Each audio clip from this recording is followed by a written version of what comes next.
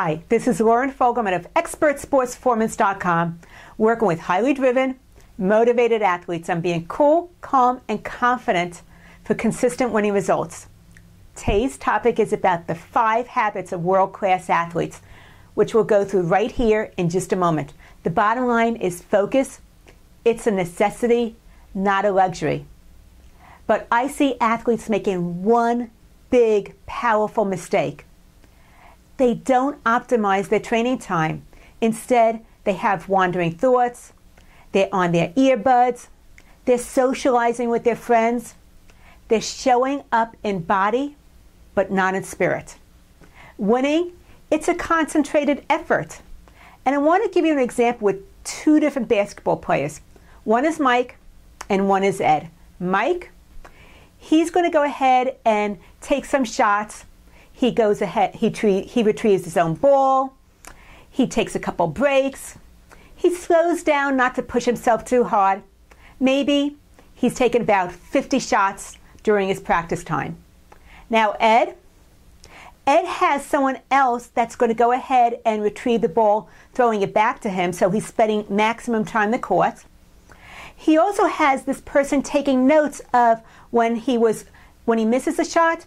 Is how far off is he? Is he too high? Is he to the right? Is he to the left? What is it that's happening when he misses shots?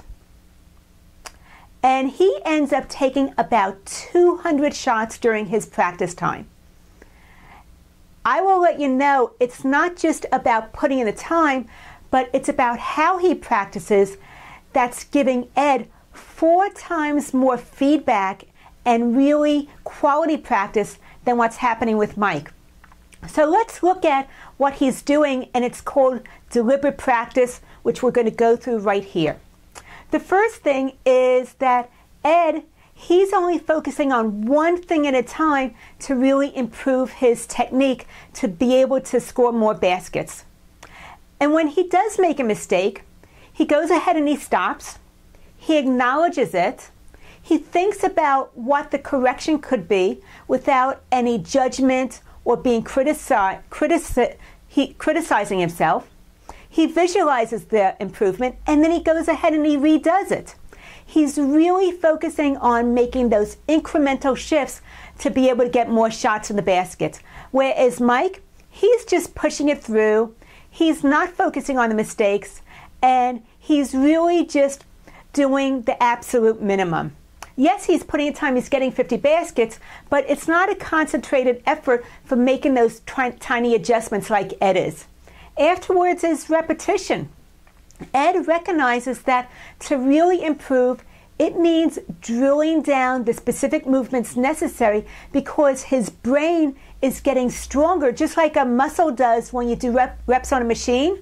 His brain is strengthening and getting that correct move down, really getting the feel of it by having as many reps as possible.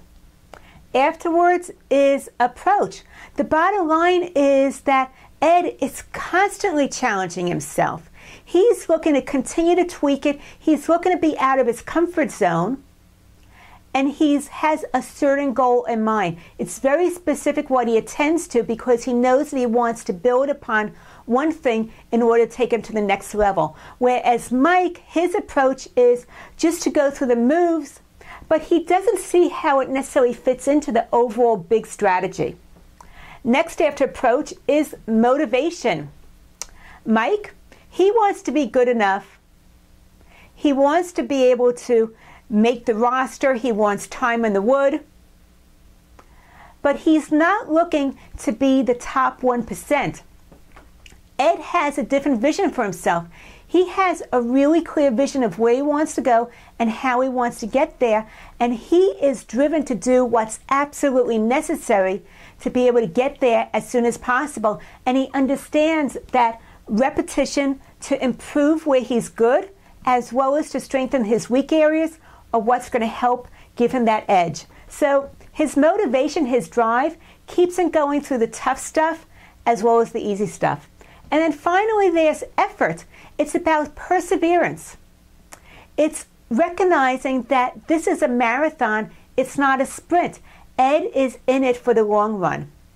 and he's not willing to take no or impossible for an answer. Whereas Mike, he's not necessarily looking at skill building in a strategic, methodical way. He's just showing up and following the practice bills, but there's not as much initiative. So recognize that deliberate practice means motivation, presence, you got to challenge yourself, and there's lots of repetition. It's really a lifestyle choice. But the bottom line is, when you have deliberate practice, when you're very mindful and strategic of where it is that you want to go, it goes ahead and improves your cognitive, your perceptual, and your motor of coordination. All those things are happening under the surface. It's a cumulative effect where one thing lays the foundation for the next skill that you're working on. So it's your choice. Do you want to be able to identify with Ed, or do you want to be able to identify with Mike? It's definitely your call. So here's your challenge. The one most important question I want you to think about right now is, what do you need to let go of in order to excel? This is going to help you really acknowledge and discover where you're holding yourself back. And I will let you know that the number one reason that athletes don't go the full distance of reaching their full potential has to do with motivation. That's going to be what drives you and what differentiates you from all the rest. Go ahead and tell me what you need to let go of. Please write a post.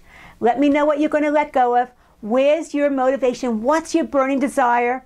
I want to hear from you. Click the likes button to please pass this forward and share the information. If you're interested in learning about additional mindset strategies to help give you that competitive advantage, go to my website, expertsportsperformance.com, put your name and email address in the upper right-hand corner. Immediately, you get the first of a video training series. It's going to be all about mindset and actionable tips that you can do for that competitive advantage. My mission is to show you how to stay cool when the heat is on. Lauren Fogelman, expertsportsperformance.com.